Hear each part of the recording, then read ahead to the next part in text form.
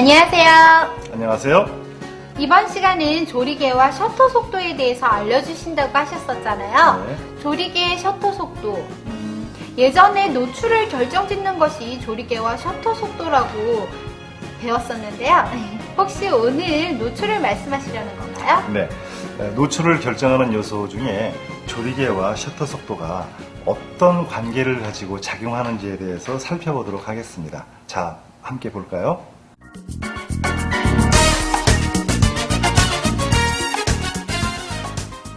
상반 법칙에 대해서 알아보도록 하겠습니다. 서로 반대로 작용하는 법칙이라 해서 상반 법칙이라는 이름을 쓰게 되는데요.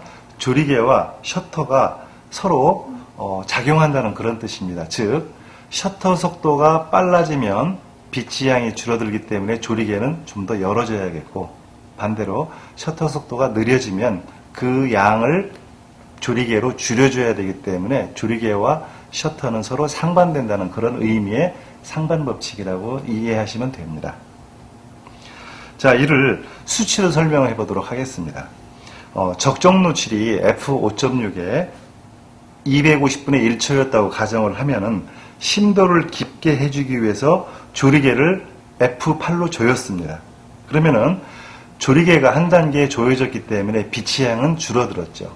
이거를 보상해 주려면은 셔터 스피드를 한 단계 낮추어서 125분의 1초로 찍어야 노출값이 같아진다는 의미죠. 수돗물을 통해 물을 받는 것을 예를 들어보도록 하겠습니다. 같은 크기의 컵에 물을 담을 때 정확히 담는 방법은 두 가지가 있습니다. 즉, 첫째는 큰 수도꼭지로 짧은 시간에 담는 방법과 작은 수도꼭지로 긴 시간 동안 물을 담는 방법이겠죠. 아, 선생님, 그렇다면 수도꼭지의 크기는 조리개, 물을 담는 시간은 셔터 스피드, 물의 양은 빛의 양과 같다고 생각을 하면 되는 건가요? 네, 그렇습니다. 여기서 조리개, 셔터 스피드, 물의 양이 빛의 양과 같다고 생각해보면 수도꼭지의 반경이, 즉 수도꼭지가 크게 되면 조리개를 열어주는 것과 마찬가지가 되고요. 물을 받는 시간이 짧아지면 셔터 스피드가 빠른 거와 같은 거기 때문에 이 두 가지가 적절히 안배가 되어야만 적정 노출이 생긴다는 겁니다. 반대로 수도꼭지의 그 반경, 즉 수도꼭지가 작아지면, 즉 조리개가 조여지면 물을 받는 시간이 당연히 길어지겠죠. 선생님은 비유에 대가이신 것 같아요. 항상 이해하기 어려운 부분을 예를 들어서 설명해 주시니까 이해하기가 정말 쉬운데요? 아니, 놀리실 때는 언제고요. 지금까지는 수동적으로 조리개나 셔터 속도를 조절하는 방법을 알아봤다면 DSLR에는 자동으로 조절하는 여러 모드들에 대해서 알아보도록 하겠습니다.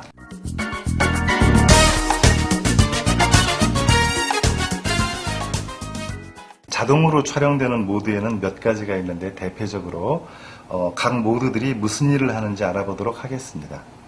첫째, P모드는 프로그램의 약자로서 그 카메라가 어떤 환경에 처해 있더라도 가장 최적화된 사진을 찍을 수 있도록 세팅을 해주는 겁니다. 그래서 실패율이 제로인, 그래서 찍기만 하면 무조건 잘 나올 수 있는 모드라고 생각하시면 됩니다. 둘째는 AV 모드인데요. 어퍼처 밸류, 즉 조리개 우선이 되는 그런 모드라고 할 수 있죠. 우리가 앞서 말씀드린 대로 조리개는 피사계 심도를 좌우하기 때문에 펜 포커스, 아웃 포커스 효과가 난다고 말씀을 드린 바가 있는데, 이 AV 모드를 놓고 조리개 개방적으로 찍으면은 아웃 포커스가 될 거고, 또 조리개를 조여서 찍게 되면은 심도가 깊은 펜 포커스 사진이 될 겁니다. 또 TV 모드라는 것이 있는데요. 메이커에 따라서는 S 모드라고도 표현을 하기도 합니다. 즉, 촬영하는 상황이 움직임이 중요한 상황이다 손치면 내가 저 움직이는 물체를 정지해서 찍을 것이냐 또는 흔들리게 찍을 것이냐에 따라서 그 모드를 선택하게 되는데요. 그 모드를 선택한 후에 다이얼을 돌려서 스피드를 500분의 1초, 1000분의 1초로 옮기게 되면 자동적으로 피사체는 정지가 될 거고, 60분의 1초, 30분의 1초로 이렇게 느린 셔터로 정하게 되면 피사체는 흔들리겠죠. 아, 선생님, 그러면 TV 모드는 A 모드와는 반대인 셈이네요? 반대라기보다는 각각의 사용하는 그 용도가 다르다고 말씀드리는 것이 좀 더 정확하겠죠? 아, 그럼 AV 모드는 조리개를 우선 조절하고 네. TV 모드는 셔터 속도를 우선 조절하는 거네요? 네네. 다음에는 M 모드인데요. 소위 수동 기능이라고 이해하시면 되겠습니다. 즉, M은 매뉴얼의 약자로서 조리개와 셔터 스피드를 내 마음대로 조절하는 거를 얘기하는데, 여기에는 그 카메라가 지시해주는 노출 값에 내가 인위적으로 조절을 해주는 걸 얘기합니다. 즉, 셔터 스피드를 적정 수준으로 가지고 또 조리개도 적정 수준으로 가져서 카메라 파인더 내에 있는 두 가지 바를 일치시켜주는 역할을 하는데, 촬영 상황이 좀 애매한 경우, 다시 말해서 역광 상태라든가 또는 눈이 많이 쌓여 있는 설원 상태라든가 해서 카메라의 TTL 방식이 오류를 범하기 쉬울 때 사용하는 모드입니다. 또 우리가 스튜디오에서 인공 조명을 이용해서 촬영할 때도 쓰이는 모드가 바로 이 M 모드입니다. 선생님, 모드를 설정하는 부분에 보면 사람 얼굴이나 산 모양, 꽃 모양 이런 모양들이 있는데 이건 뭔가요? 네, 그 부분도 설명을 드리죠. 완전 자동 모드라고 하는 거는 주변의 상황을 카메라가 다 인식을 해서 어두우면 플래시까지 튀어나오게 하고요. 또 ISO를 자동으로 높여줘서 거의 전천후로 완벽한 사진을 찍어줄 수 있는 모드라고 할 수 있습니다. 반면에 그 조리개가 또는 셔터 스피드가 카메라의 의지대로 하는 거기 때문에 내 생각이 자칫 못 미칠 수가 있는 단점이 있는데, 초보 단계에서는 이 완전 자동 모드를 쓰는 것도 나쁘지 않습니다. 뛰는 모습이 있는 그림이라든가 또는 여러 가지 풍경 모습이 있는 그런 걸 볼 수가 있는데, 풍경 모드는 조리개가 조여지는 모드로서 풍경을 촬영했었을 때 심도가 깊게 나타나서 앞과 뒤가 좀 선명하게 맞게 하는 그런 모드고요. 사람 얼굴이 있는 모드는 적절히 아웃포커스가 돼야 또 분위기가 나지 않겠어요? 그래서 조리개가 좀 개방되는 상태로 셔터 스피드가 빨리, 따라서 결과물은 아웃포커스가 적절히 되는 모드라고 생각하시면 됩니다. 또 꽃 그림이나 이런 걸 보시면 이거는 눈치로서 클로즈업 하는 거구나 라고 아실 수가 있을 거예요. 접사 모드 맞죠? 예. 그렇게 되면 심도가 좀 더 깊어져서 꽃 중앙부터 꽃 주변까지 좀 심도가 깊은 사진을 찍을 수 있을 겁니다. 또 플래시를 연동을 하게 하는 장치들이 이제 몇 가지 모드에서 있는데요. 그건 다시 말해서 실수가 없는 사진을 찍게끔 하기 위해서 완전 자동 모드 같은 경우에는 여러분들이 초보 단계에서 한 번쯤 사용해 볼 만한 모드로서 권장해 드리고 싶습니다. 우와, 오늘 배운 다양한 모드들을 이용해서 사진을 촬영한다면 못 찍을 사진이 없겠는걸요? 그럼 여기서 우리 강좌는 끝이 나는 건가요? 네? 절대 아니죠. 이러한 모드를 이용해서 쉽게 촬영을 할 수 있지만, 앞으로 다양한 수동적인 기능을 이용한 촬영을 한다면 여러 가지 좀 특수한 사진을 찍을 수가 있는데, 이러한 세팅값의 변화라든가 이런 것들을 많이 이제 다룰 생각이고요. 어쨌든 우리가 나머지 시간에도 열심히 배워보자고요. 네, 다음 시간에는 구도를 배우는데요. 다음 시간 역시 기대가 되는데요. 선생님, 오늘도 수고가 많으셨습니다. 여러분도 오늘 수고 많으셨고요. 다음 시간에 뵐게요.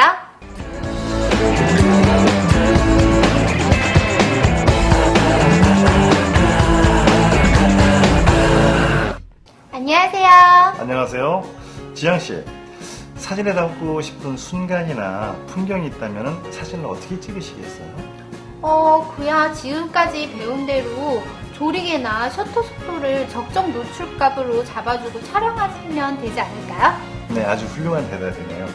하지만 노출을 잡아준다고 해서 모든 촬영의 준비가 끝나는 건 아닙니다. 간혹 멋진 사물을 발견했을 때 그 감흥을 사진으로 남기기 위해서 자동적으로 카메라를 들이대 셔터를 누르게 되죠? 그런데 전 결과물을 실제 제 눈으로 본 모습 그대로 표현해내지 못해서 제 카메라가 문제가 있는 게 아닌가 하고 생각했어요. 사실 그건 카메라 문제가 아니고요. 아직 스킬이 부족해서라고 생각이 들어요. 보다 좋은 사진을 찍기 위해서는 구도를 알아야 됩니다. 노출만큼이나 중요한 요소죠. 구도에는 흔히 우리가 알고 있는 황금 분할 구도부터 삼각형 구도, 대각선 구도, 원형 구도 등 다양한 구도가 있는데요. 인물과 풍경 등을 찍을 때 좋은 구도를 예를 들어가면서 알아보도록 하겠습니다.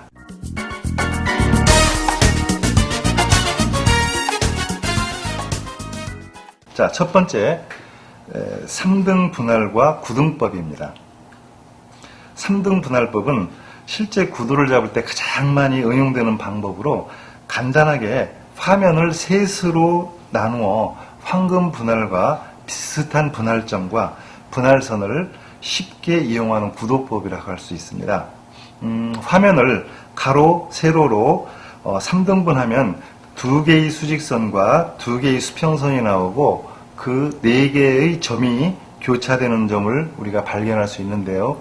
이 교차점에 내가 표현하고 싶은 주제를 위치시키는 것으로 간단히 이해할 수 있습니다. 선생님 너무 어려워서 이해가 잘 안 돼요. 자, 그럼 그림을 보세요. 이게 황금 분할선인데요.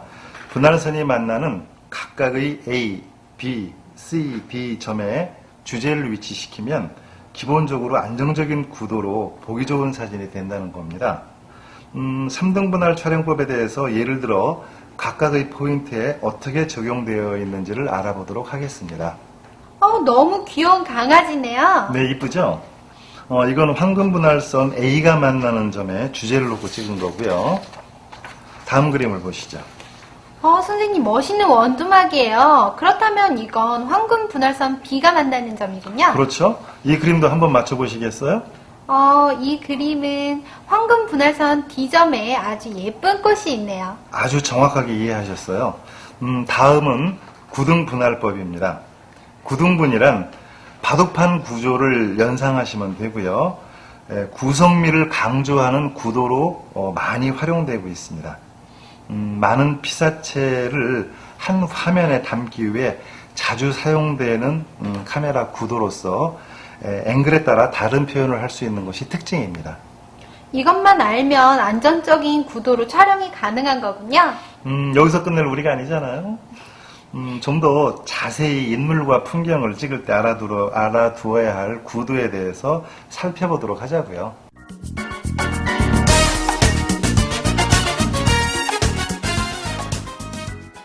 인물 촬영을 위한 구도에 대해서 알아보도록 하겠습니다.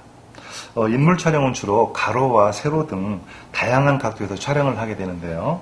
일반적으로 쓰이는 중심 구도와 사선 구도에 대해서 알아보죠. 중심 구도는 중심 또는 원형 구도라고도 말하고요. 가장 일반적인 구도로 화면의 중앙에 시선을 집중시킵니다. 주제에 대한 강한 인상을 남길 경우 자주 쓰이고요.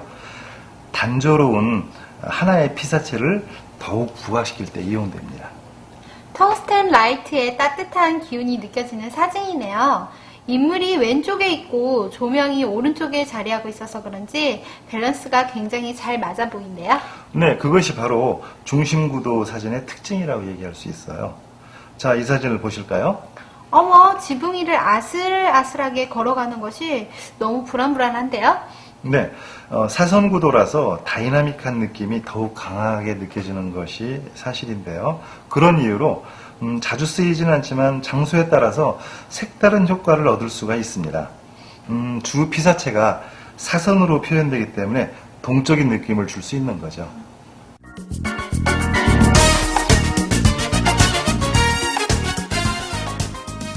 풍경 촬영을 위한 구도에 대해서 알아보도록 하겠습니다. 풍경에서 특별한 구도를 잡는 방법은 본인 스스로 뷰파인더를 통해서 다양한 시각으로 만들 수가 있는데요.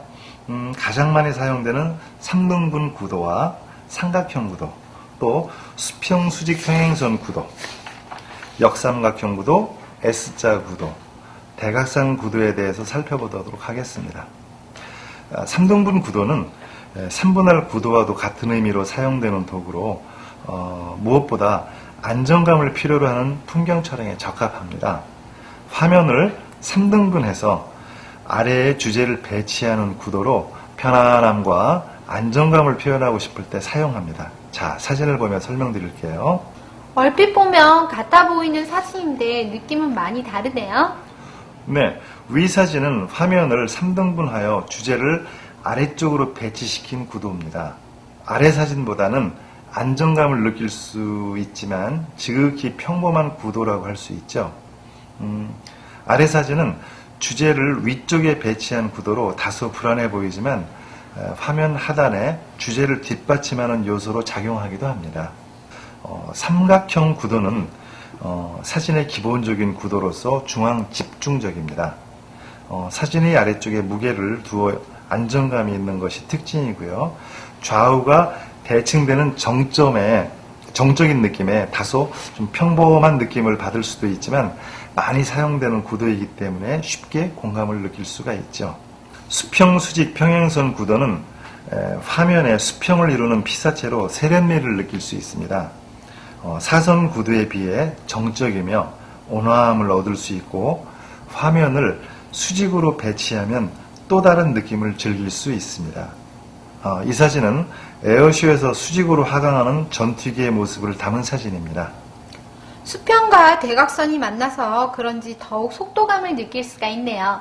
이 사진은 전형적인 3분할 구도에서 저 멀리 나무 하나가 포인트가 되어 조용성을 더해준 특징을 볼 수 있죠. 역삼각형 구도는 삼각형 구도의 정반대 구도로 넘어질 것 같은 불안한 감을 주며 역동적인 이미지를 표현합니다. 자, 사진을 보면서 이야기하죠. 재래시장에 갔다가 우연히 찍은 사진입니다.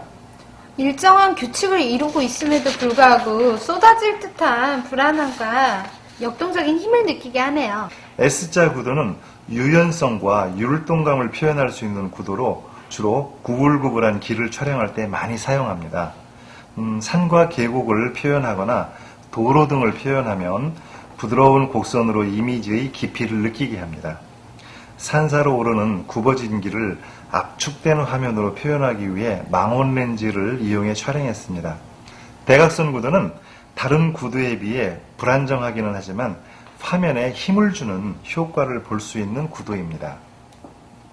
흔한 주제를 새로운 시각으로 바라볼 수 있는 표현으로 단조로운 주제도 좀 더 박진감이 넘치게 표현할 수 있습니다. 로우 앵글로 광각 렌즈를 사용하여 해변을 가로지르는 파이프와 그 끝에 서 있는 붉은색을 이용해 수평선의 원근감을 극대화한 사진입니다. 이렇게 많은 구도를 찍을 때마다 이렇게 저렇게 잡아보며 생각하면서 언제 사진을 찍으란 말씀이세요? 이런 걸 언제 다 생각하고 구상하냐고요?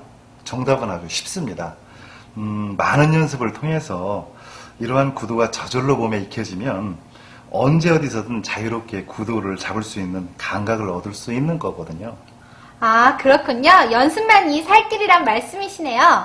지금 당장 나가서 이번 강좌에서 배운 구도를 실전에 대입해봐야겠어요.